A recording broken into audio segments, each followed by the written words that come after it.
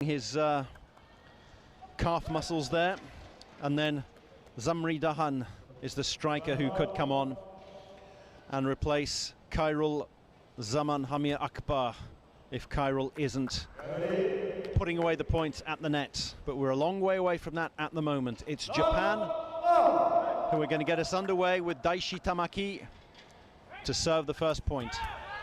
And it's a great service. An absolute bullet. He was nervous in the first match, but there he fired an absolute bullet at Shahir Rozdi. Big tall Shahir Rozdi, 1m89, a mere 18 years old. Very much the future of the game. We've seen him once before in Istaf competition. We'll see how he fares today. A little bit later on, it'll be his turn to serve after 3 points. First point was a service winner for Daishi Tamaki, the second one into the net. And if it goes into the net, you don't get a second bite at the cherry, so it's already 1-all. The toss from Toshitaka Naito. And unfortunately for Daishi Tamaki, after that great start, it's a double fault, and a double fault loses you 2 points in Sepak Takraw. We now swap over, and we'll see how Shahir Rozdi responds to the challenge. He too sends his first shot, first service into the net. So he's 0 for 1.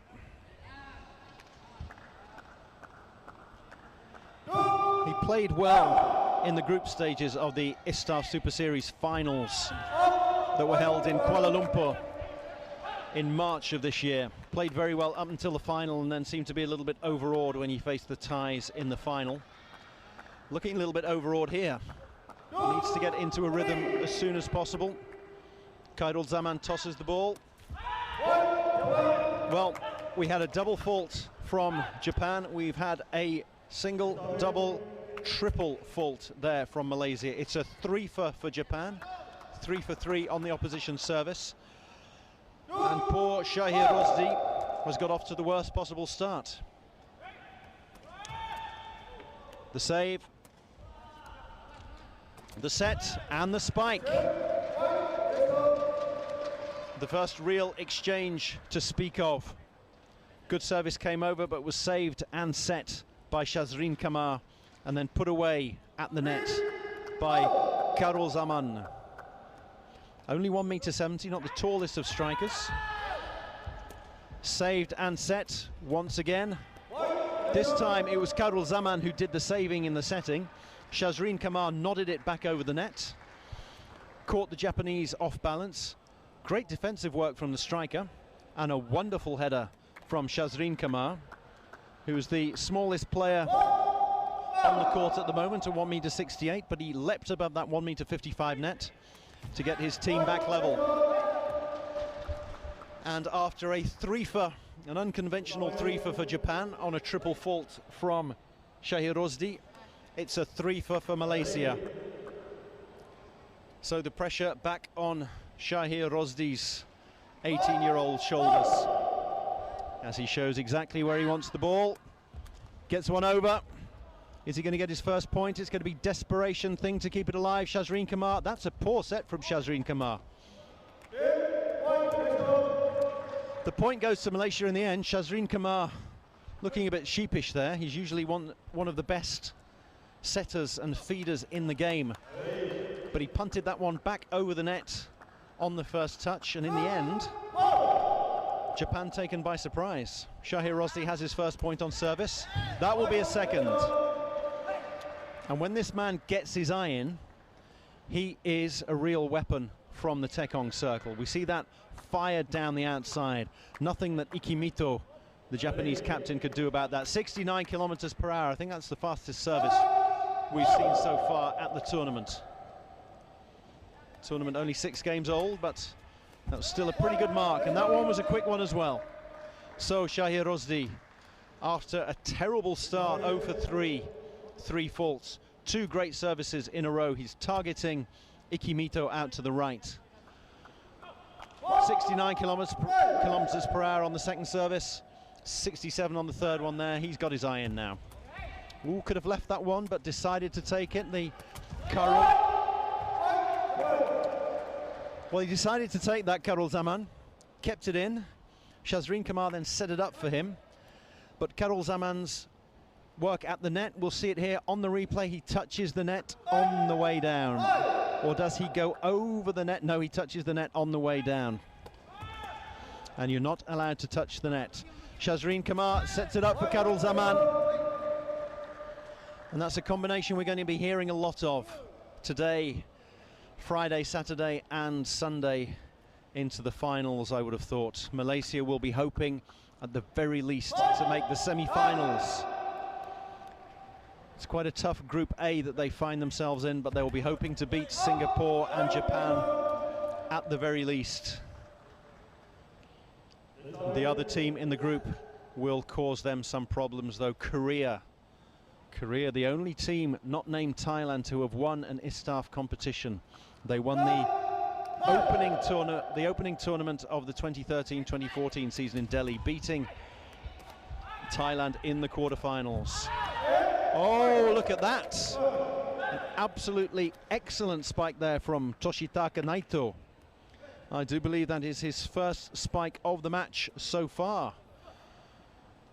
10-6, and that's the first time that the Japanese striker gets on the board.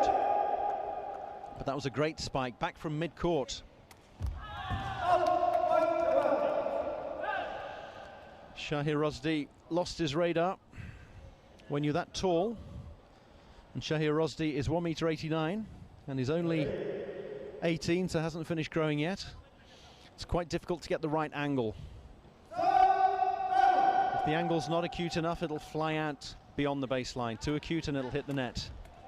Curls that one down into Ikimito's midriff. Ikimito keeps it alive with all three touches. Shazreen Kamar sets, and it's put away by Karol Zaman for his, I think that's his fourth spike so far. Beautiful set there from Shazreen Kamar, as calm as ever.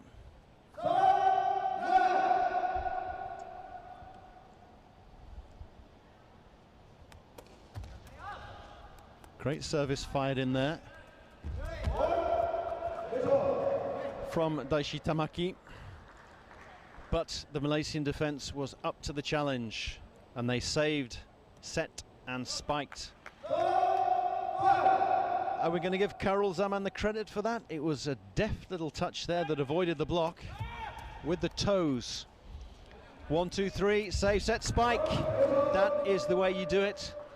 Saved by the Tekong, set up by the feeder and spiked by the killer, as they like to call the striker in Malaysia, at the net.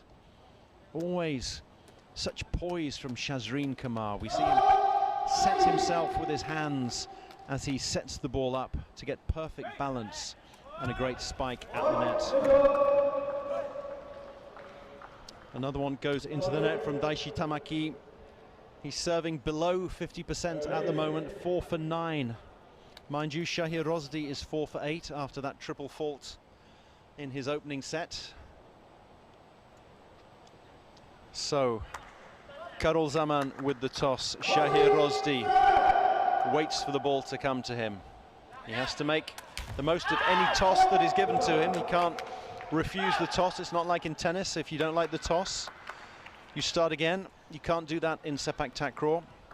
And obviously there are two people involved, the feeder or striker and the tekong.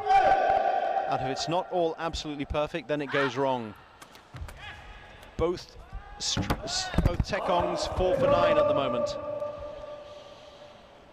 Shahir Rosdi goes up to 5 for 10 as he gets the encouragement of team manager Yusuf bin Ali. Jamaluddin not the coach anymore, as we see Toshitaka Naito booting into the courtside referee's table there.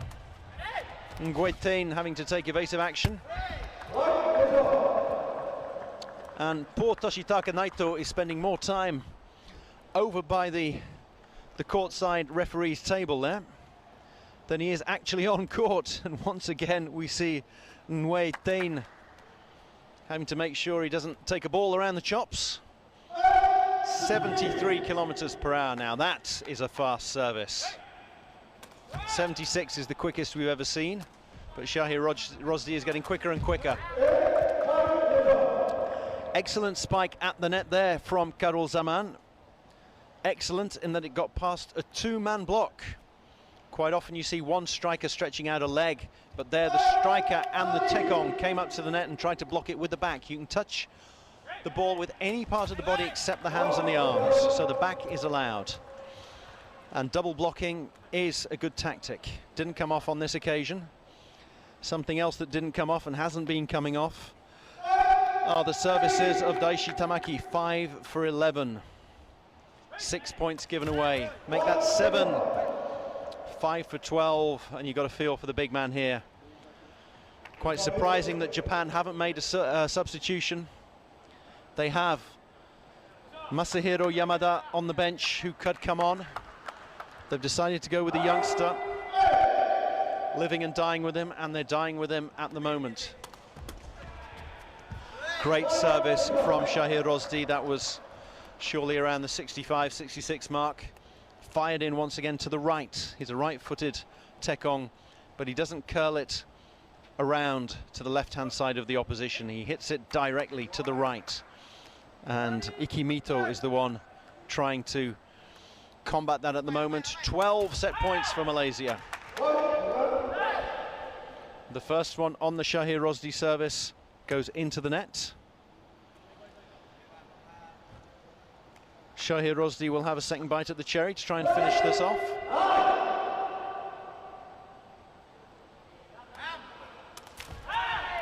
And he can't, a double fault. That puts him back down to 50%. A very poor Tekonging.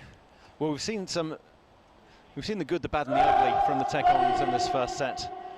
Some very good stuff from Shahir Rosdi mixed in with some very poor stuff, and unfortunately it's been more poor serving than good from Daishi Tamaki, the number 4 for Japan.